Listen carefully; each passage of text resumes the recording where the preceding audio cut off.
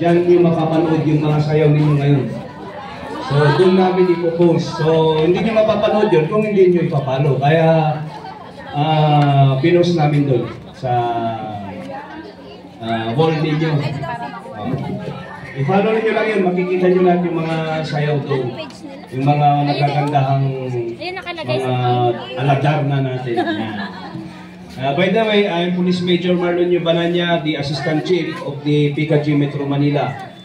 So, dati rin ako police dito sa Pasig. Marami akong kilala dati dito nung P1, P2 pa ako. Ito ang tambayan ko nun dito sa Pinalad, dito, Centennial. Kaya alam ko itong lugar na to. Pero medyo matagal na kasi yun, 2009, 2010. So, ipakilala ko yung... si Apollo, marami akong kilala na nandito dati. Si Apostol, dati dyan si Condel, si Robert, nandyan yung mga nagpapaupa dyan dati. Dito sa Urban? Ay, sa Urban, no? Tama sa Urban. Marami akong kilala dito na pulis, pero matagal na kasi ako nawala dito. And then ito yung kasama nating isa, si Jam. Yung nag-lead ng isang sayaw, maraming sayaw pala kanina. At saka yung nasa likod, si Sampi.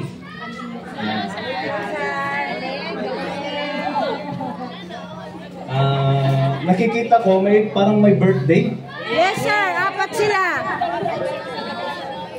Pwede ba nating tawagin yung birthday? Si Ma'am Ruby. Sana yung isa? Asan si Ma'am Gloria? Glory. Si Ma'am Irene. Tsaka si Ma'am Virgie. Si Ma'am Virgie. Wala absent. Dahil wala siyang gift. Nandito na yung bahay, sir. Andiyan yung bahay niya. Ang lapit-lapit lang. Baka naghahanda ng makakain. May pasyente. Asawa niya. Wow! Bigyan natin sila ng sash.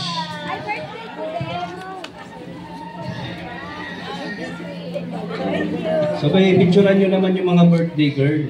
Lapit ko na.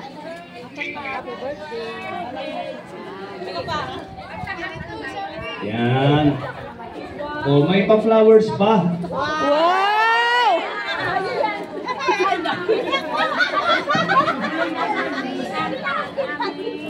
Ano yung magkakirate sila sa flowers? Anong gagawin ko? Kaya pala may bulak-bulak, isa pala nag-i-sponsor si Mami. Siya yung sponsor namin. Isang bata. Akala ko cauliflower.